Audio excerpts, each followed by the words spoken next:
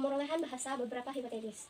Pemerolehan bahasa atau akuisisi bahasa adalah proses berlangsungnya di dalam otak seorang anak ketika ia memperoleh bahasa pertamanya atau bahasa ibunya.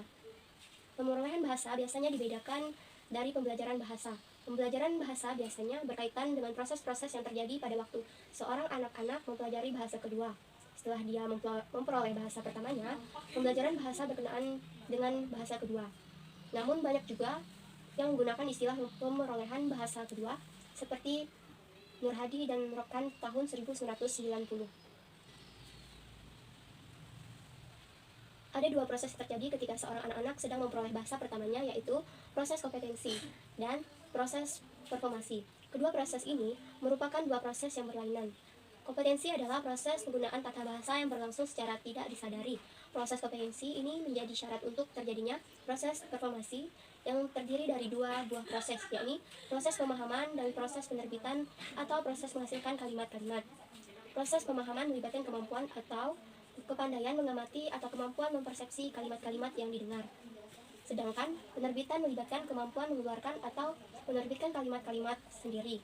Kedua jenis proses kompetensi ini apabila dikuasai anak-anak akan menjadi kemampuan linguistik anak-anak itu. Jadi, anak-anak akan menjadi kemampuan linguistiknya dan memahami kemampuan melahirkan atau menerbitkan kalimat-kalimat baru yang ada di dalam linguistik. Transformasi generasi tersebut memperlakukan atau melaksanakan bahasa atau performasinya. Sejalan dengan teori Chomsky 1957 sampai 1965, kompetensi itu menerapkan 3 buah kompetensi tata bahasa, yaitu kompetensi sintaksis, kompetensi semantik, kompetensi fonologi. Oleh karena itu, pemerolehan bahasa yang lazim sejalan dengan teori Chomsky 1957 sampai 1965, kompetensi itu menerapkan 3 buah kompetensi komponen tata bahasa, yaitu komponen sintaksis, komponen semantik, dan komponen fonologi. Oleh karena itu, pemerolehan bahasa ini lazim juga dibagi menjadi pemerolehan semantik, pemerolehan sintaksis, dan pemerolehan fonologi. Ke dalam pemerolehan sintaksis dan semantik termasuk juga pemerolehan leksikon atau kosakata. Ketiga komponen tata bahasa ini tidaklah diperoleh secara bersaingan. Yang satu terlepas dari yang lainnya, melainkan diperoleh secara bersamaan. Hanya untuk memudahkan yang pembahasan ketiga, pembicaraan yang satu persatu. 1. Hipotesis nurani. Setiap kebahasawan, penutur asli suatu bahasa, tentu mampu memahami dan menghasilkan menerbitkan kalimat-kalimat dalam bahasanya, karena dia telah menuranikan atau menyimpan dalam nuraninya akan tata bahasanya untuk menjadi kompetensi atau kecakapan berbahasanya. Juga telah menguasai kemampuan-kemampuan performasinya melaksanakan bahasanya itu. Jadi dalam pemerolehan bahasa, jelas ada yang diperoleh oleh anak-anak adalah kompetensi atau performasi bahasa pertamanya itu. Kemudian, karena tata bahasa itu berdiri dari kompetensi sintaksis, semantik, dan fonologi, di setiap komponen ini merupakan rumusan-rumusan kaidah-kaidah tata bahasa kanak-kanak dalam pemerolehan bahasa. Selain itu, rumusan-rumusan 3 komponen tata bahasa itu untuk bisa dipahami dan membuat kalimat-kalimat perlu juga terlebih dahulu dikuasai atau dimiliki rumusan-rumusan yang mengubah bentuk-bentuk dalam bentuk luar struktur yang ada di dalam tatanan bahasa. Apakah hipotesis nurani itu? Nah, yang pertama, semua anak-anak yang normal akan memperoleh bahasa ibunya. Apakah hipotesis nurani itu? Nah, hipotesis nurani lahir dari beberapa pengamatan yang dilakukan para pakar atau terhadap pemerolehan bahasa anak-anak. Tahun 1967, Chomsky tahun 1970. Di antaranya hasil pengamatan itu adalah berikut ini. Yang pertama, semua anak-anak yang normal akan memperoleh bahasa ibunya asal saja diperkenalkan. Para bahasa ibunya itu maksudnya adalah dia tidak atau diasingkan atau dalam kehidupan ibunya atau di dalam keluarga. Nah, di situ dia memperoleh bahasa pertamanya atau bahasa ibunya. Yang kedua, pemerolehan bahasa tidak ada hubungannya dengan kecerdasan anak-anak. Artinya, baik-baik yang cerdas maupun yang tidak cerdas akan memperoleh bahasa itu. Yang ketiga, kalimat-kalimat yang didengar anak-anak seringkali tidak gramatikal, tidak lengkap, dan jumlahnya sedikit. Yang keempat, bahasa tidak dapat diajarkan kepada anak-anak makhluk lainnya. Hanya manusia yang dapat berbahasa. Yang kelima, proses pemerolehan bahasa untuk anak-anak di mana sesuai dengan jadwal atau dalam era berkaitannya dengan proses pematangan jiwa anak-anak. Yang keenam, struktur bahasa sangat rumit, kompleks, dan bersifat universal. Namun, dapat dikuasai anak-anak dalam waktu yang relatif tingkat, yaitu dalam waktu antara 3 atau 4 tahun saja. Berdasarkan pengamatan di atas, dapat disimpulkan bahwa manusia lahir dengan lengkap oleh suatu alat yang memungkinkan dapat berbahasa dengan mudah dan cepat. Lalu, karena suka atau dibuktikan secara empiris, maka pandangan ini mengajukan suatu hipotesis. Hipotesis nurani bahasa merupakan suatu asumsi yang mengatakan atau bahwa semua bagian dari bahasa tidaklah dipelajari atau diperoleh, tetapi ditentukan oleh fitur-fitur nurani yang khusus dari organisme manusia. Sedangkan hipotesis nurani mekanisme menyatakan bahwa proses pemerolehan bahasa oleh manusia ditentukan oleh perkembangan konektif umum dan mekanisme nurani umum yang berinteraksi dalam pengalaman. Maka ada dua hipotesis ini adalah bahwa hipotesis nurani bahasa menekankan ketetapannya suatu benda nurani yang di bawah sejak lahir atau khusus dalam bahasa dan berbahasa ibu. Sedangkan hipotesis nurani mekanisme terdapatnya suatu benda nurani berbentuk mekanisme yang umum untuk semua kemampuan manusia. Berbahasa dan berbahasa hanyalah sebagai saja dari yang umum itu. Mengenai hipotesis nurani berbahasa, Chomsky dan Miller 1957 mengatakan adanya alat khusus yang dimiliki oleh anak-anak sejak lahir untuk dapat berbahasa. Alat itu dinamakannya language atau yang berfungsi untuk memungkinkan seseorang anak memperoleh bahasa ibunya. Adapun hipotesis LAD ini memungkinkan memperkuat pandangan para ahli di bidang pemerolehan bahasa, bahwa anak-anak sejak lahir telah diberikan kemampuan untuk memperoleh bahasa ibunya. Buktinya, meskipun masuknya yang berupa ucap-ucapan penuh dengan kalimat-kalimat yang salah, tidak lengkap, dan dengan struktur yang tidak gramatikal, semua ternyata anak-anak dapat saja menguasai bahasa ibunya itu.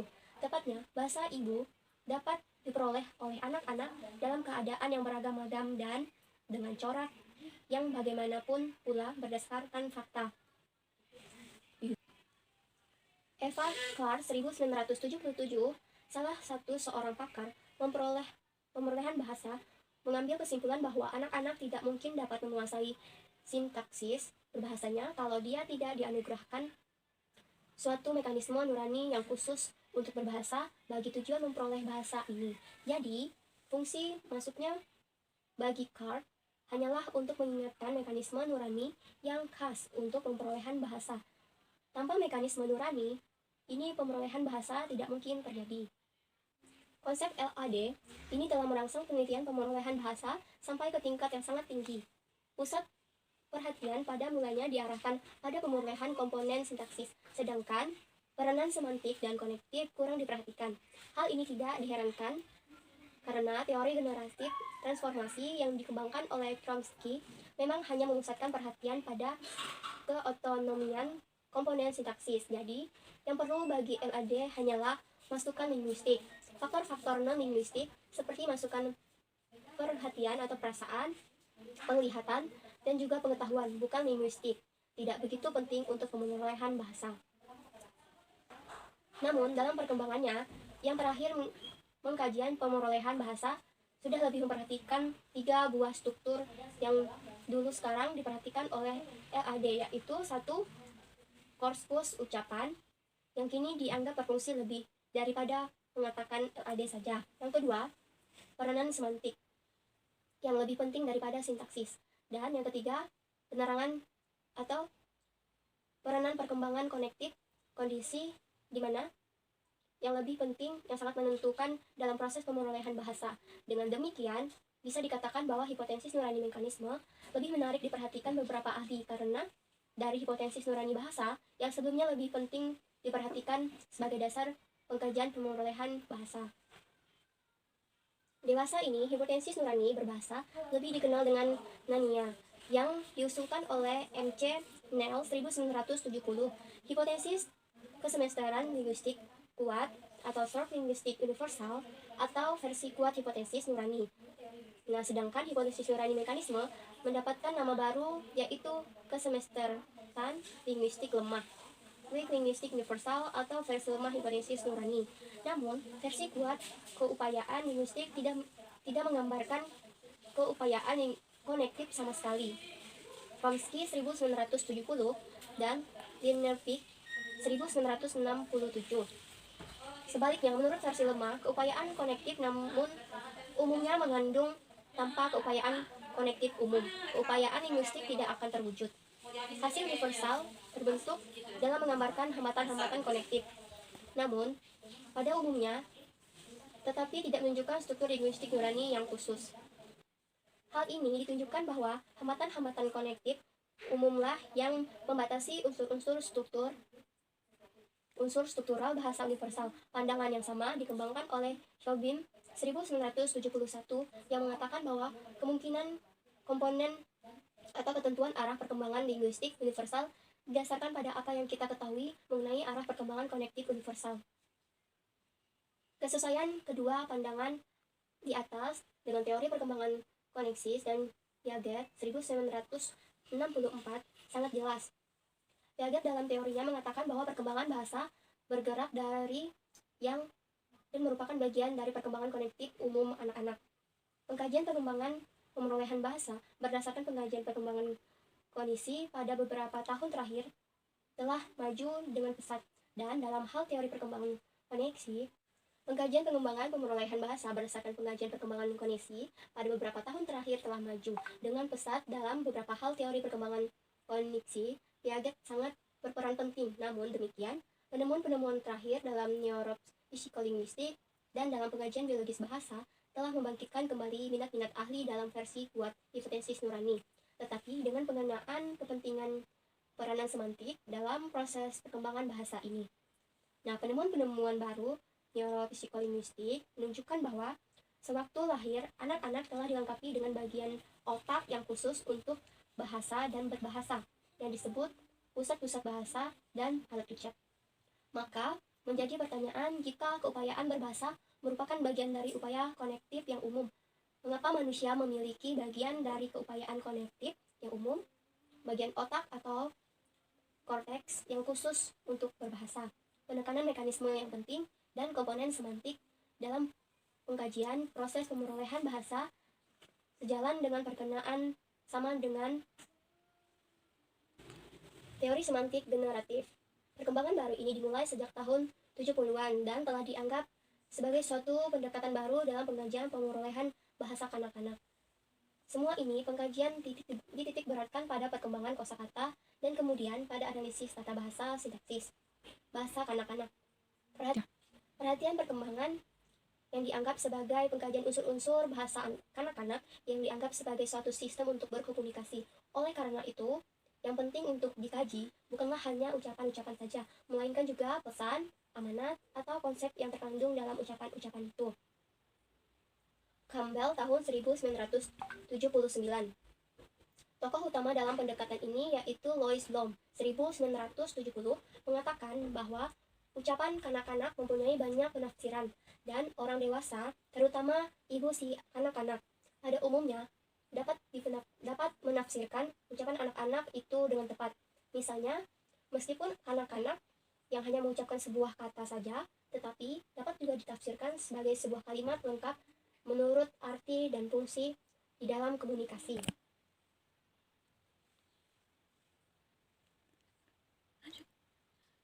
Lanjut. Andai kata anak-anak mengucapkan kata mimi, maka orang dewasa dapat menafsirkan ucapan itu adalah sebuah kalimat lengkap, saya mau minum, atau mari kita minum, dan sebagainya tergantung pada konteks situasi ucapan itu. Ucapan satu kata yang mengandung satu frasa atau satu kalimat disebut dengan holofrasis. Lebih jauh dilihat dari bab 13 5b. Ucapan halophrasis ini menjadi bukti bahwa wujudnya LAD, bentuk baru, sebagai bagian dari versi kuat hipotesis nurani yang menentukan pada komponen semantik.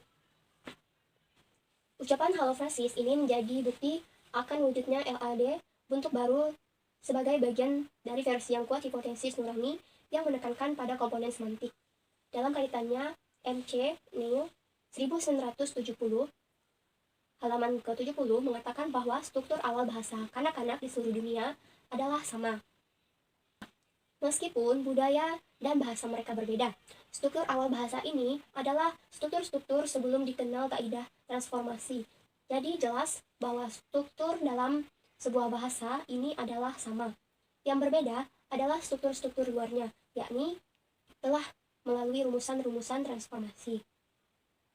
Ucapan halophrasis kanak-kanak ini merupakan bukti yang sugestif bahwa sebenarnya pada tahap ucapan satu kata, ini anak-anak telah mampu menyampaikan makna komunikasi dengan hubungan-hubungan tata bahasa dasar. Hal ini dapat dipastikan karena anak-anak pada tahap pengumpulan atau mengumpulkan ucapan-ucapan halophrasis bagi kanak-kanak. Hal ini dapat dipastikan karena kanak-kanak pada tahap ini belum mengerti apa yang disebut dengan sintaksis itu. Bowerman 1973 telah mengumpulkan ucapan-ucapan halophrasis kanak-kanak dari Finlandia, Amerika, dan Amula.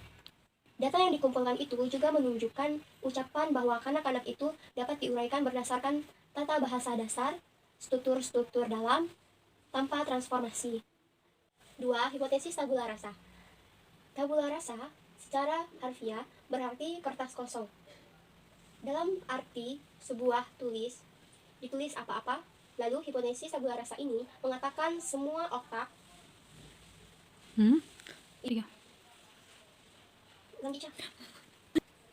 semua otak bayi pada waktu dilahirkan sama seperti kertas kosong, yang nanti akan ditulis atau diisi dengan pengalaman-pengalaman.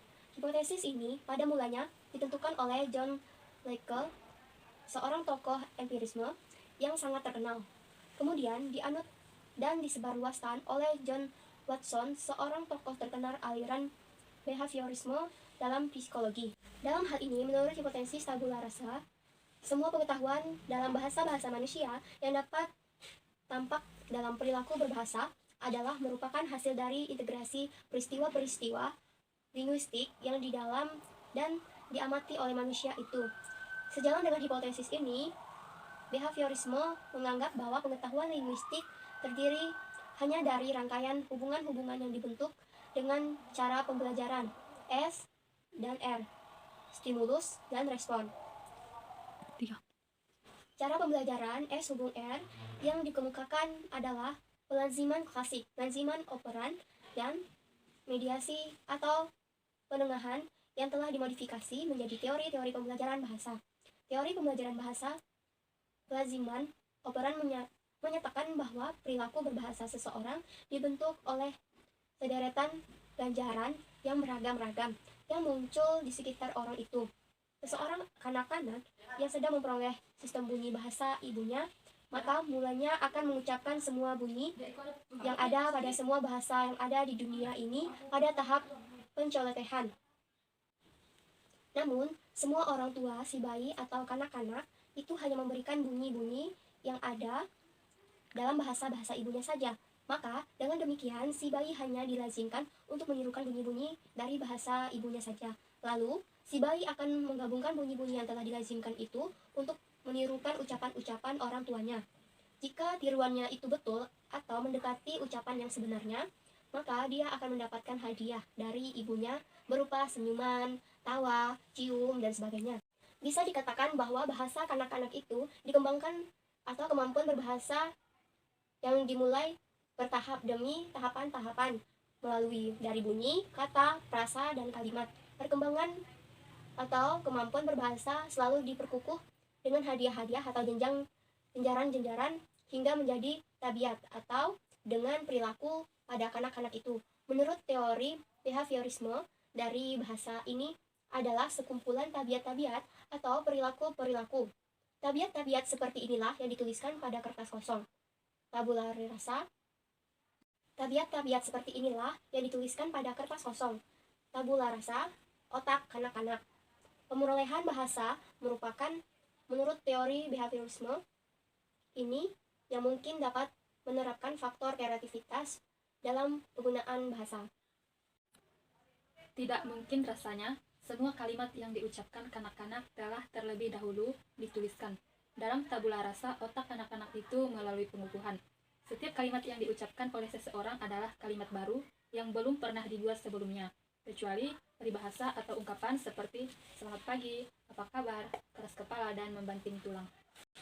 Maka, menurut para pakar teori generatif transformasi, teori behaviorisme ini tidak mampu untuk menerangkan proses pemerolehan bahasa.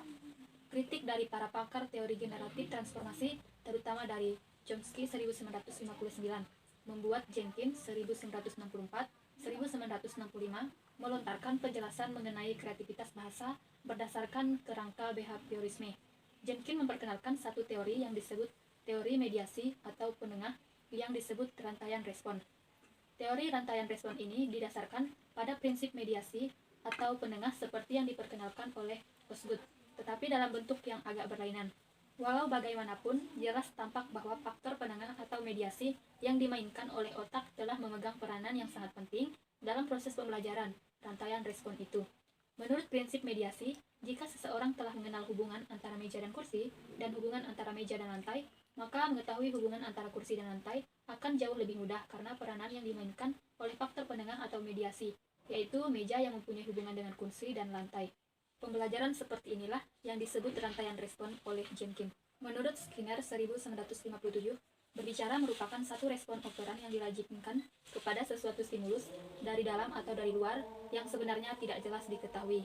Untuk menjelaskan hal ini, Skinner memperkenalkan sekumpulan kategori respon bahasa yang hampir serupa fungsinya dengan ucapan, yaitu mens, text, equis, tekstual, dan intraverbal operant. Apakah yang dimaksud dengan kelima istilah ini? Yaitu mens. Kata mens adalah akar dari kata komen, demen, dan lain-lain. Satu men adalah satu operan bahasa di bawah pengaruh stimulus yang bersifat menyingkirkan, merampas, atau menghabiskan. Di dalam tata bahasa, men ini sama dengan kalimat imperatif. Men ini muncul sebagai kalimat imperatif, permohonan atau rayuan hanya apabila penutur ingin mendapatkan sesuatu. Hal ini mungkin karena dahulu kalimat seperti ini telah pernah diamati oleh penutur ketika seseorang mengucapkan untuk mendapatkannya kembali sesuatu yang dirampas, disingkirkan atau diambil daripadanya. Umpamanya, kalau seorang kanak-kanak mengucapkan kata susu, dia mengucapkan perkataan ini karena adanya stimulus rasa lapar atau haus. Stimulus yang merampas sesuatu dari kanak-kanak itu, dan dulu kanak-kanak itu telah pernah mengalami atau mengamati bahwa sebagai ganjaran dari pengukuhan. Jadi men memerlukan satu interaksi khusus antara keadaan dahulu yang berupa dan dialami, respon bahasa, perilaku orang yang mengukuhkan, dan jenis pengukuhan. Yang B yaitu ada text. Text adalah benda atau peristiwa konkret yang muncul sebagai akibat adanya stimulus. Di dalam tata bahasa, text ini dapat disamakan dengan menamai atau menyebut nama sesuatu benda atau peristiwa. Umpamanya kalau kita melihat sebuah mobil sebagai stimulus, maka kita akan mengeluarkan satu teks mobil sebagai respon. Yang C yaitu ada a choice. A choice adalah satu perilaku berbahasa yang dipengaruhi oleh respon orang lain sebagai stimulus dan kita meniru ucapan itu. Umpamanya, apabila seseorang mengatakan mobil, maka stimulus itu membuat kita mengucapkan kata mobil sebagai sebuah respon. Yang D yaitu ada tekstual. Tekstual adalah perilaku berbahasa yang diatur oleh stimulus tertulis sedemikian rupa sehingga bentuk perilaku itu mempunyai korelasi dengan bahasa yang tertulis itu. Korelasi yang dimaksud adalah hubungan sistematik antara sistem penulisan atau ejaan suatu bahasa dengan respon ucapan apabila membacanya secara langsung. Jadi, apabila kita melihat tulisan kucing sebagai stimulus, maka kita memberi respon kucing. Yang E yaitu ada intraverbal operans. Intraverbal operans adalah operan berbahasa yang diatur oleh perilaku berbahasa terdahulu yang dilakukan atau dialami oleh penutur. Umpamanya, kalau sebuah kata dituliskan sebagai stimulus, maka kata lain yang ada hubungannya dengan kata itu akan diucapkan sebagai respon. Kata meja misalnya akan membangkitkan kata kursi. 3. Hipotesis kesemestaan kognitif. Dalam kognitivisme, hipotesis kesemestaan kognitif yang diperkenalkan oleh Piaget telah digunakan sebagai dasar untuk menjelaskan proses-proses pemerolehan bahasa anak-anak. Piaget sendiri sebenarnya tidak pernah secara khusus mengeluarkan satu teori mengenai pemerolehan bahasa, karena beliau menganggap bahasa merupakan satu bagian dari perkembangan kognitif atau intelek secara umum. Piaget hanya mengkaji perkembangan kognitif umum ini, dan dalam pengkajian ini, beliau telah mengeluarkan sebuah hipotesis mengenai kesemestaan kognitif termasuk bahasa. Namun, para pengikut Piaget di Jenewa telah meluaskan pandangan Piaget ini sehingga satu teori pemerolehan bahasa dalam kognitivisme telah dirumuskan. Menurut teori yang didasarkan pada kesemestaan kognitif, bahasa diperoleh berdasarkan struktur-struktur kognitif dari motor. Struktur-struktur ini diperoleh kanak-kanak melalui interaksi dengan benda-benda atau orang-orang yang di sekitarnya.